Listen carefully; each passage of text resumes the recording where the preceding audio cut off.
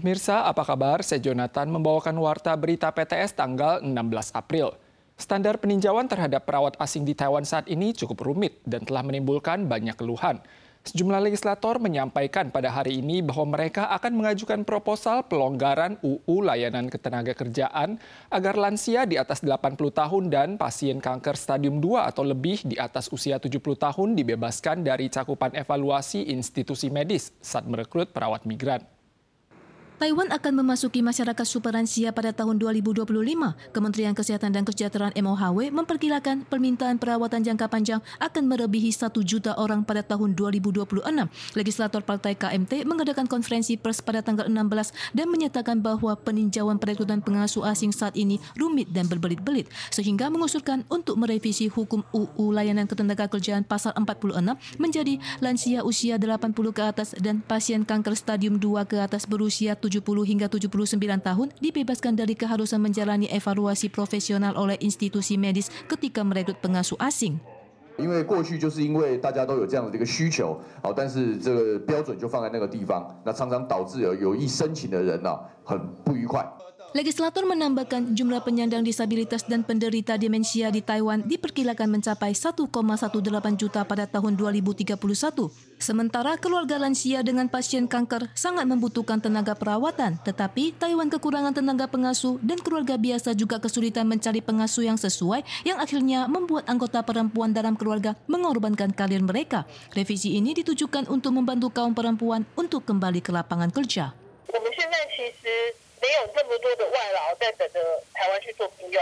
Legislator menegaskan bahwa saat ini Taiwan tidak hanya kekurangan pekerja dalam negeri, tetapi jumlah PMA juga tidak mencukupi. Selain itu juga percaya bahwa revisi UU Layanan Ketenagakerjaan ini merupakan solusi dalam mengurangi beban pengasuhan keluarga. Pembangkit listrik Heping mengalami kerusakan pasca gempa Hualien dan masih dalam tahap perbaikan. Pipa 2 unit turbin pembangkit listrik tenaga api di Taichung juga pecah. Alhasil, turbin 8 pembangkit listrik Tathan kembali mengalami korsleting kemarin malam, mengakibatkan tingkat cadangan operasional saat jam sibuk malam hari mencapai kapasitas kritis.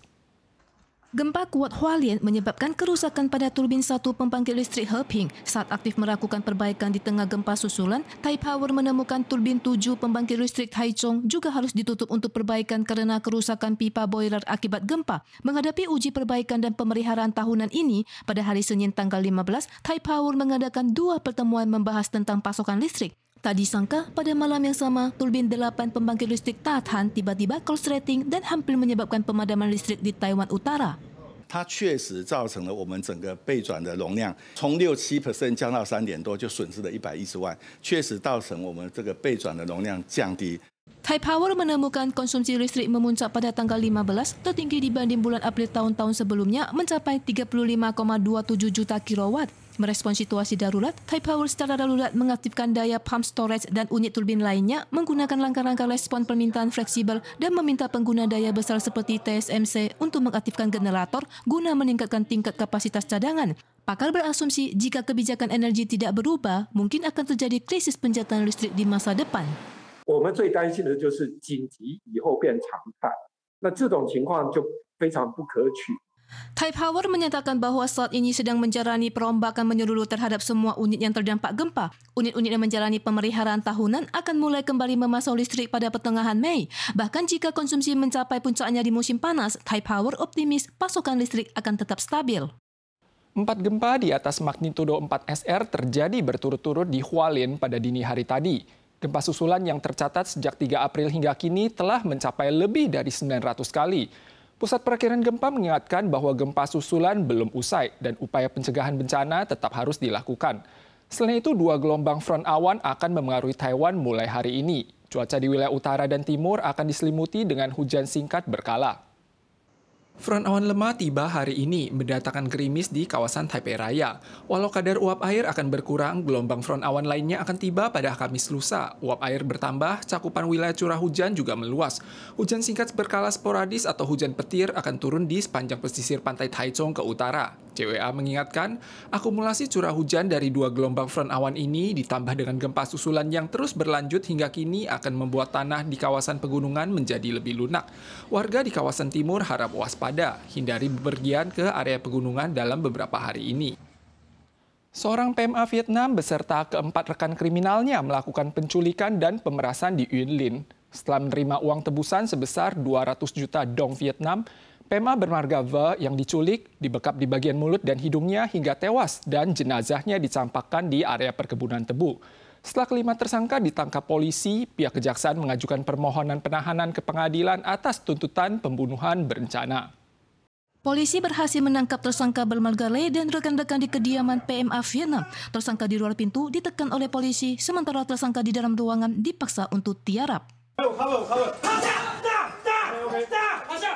Tersangka bermarga Le yang berasal dari Vietnam mengincar kekayaan rekan senegaranya bermarga Pho pada Maret tahun ini sehingga memasang jebakan dengan mengundangnya dari Thao Nguyen ke To Lieu Uyên Linh. Pho kemudian disekap di sebuah tempat istirahat kerja dan tersangka meminta sekitar 200 juta dolar Vietnam dari keluarga Pho melalui telepon video. Setelah mendapatkan tebusan, tersangka tidak membebaskan korban tetapi menahannya di sebuah motel dengan hidung dan mulut dibekap dengan tisu toilet dan selotip yang menyebabkan kematian korban. Korban kemudian dikubur di sebuah kebun tebu perusahaan Thai Sugar. Setelah kasus dilaporkan, 5 tersangka berhasil ditangkap pada tanggal 10. Pihak kejaksaan menemukan jenazah korban pada tanggal 11 pagi. Total 5 tersangka termasuk Le dan 3 rekan senegaranya bersama satu pria Taiwan bermarga Xu didakwa dengan tuduhan penculikan demi uang tebusan dan pembunuhan berencana, juga diduga berkolusi menghancurkan barang bukti dan melarikan diri. Permohonan penahanan telah diajukan ke Pengadilan Distrik Uyên Linh.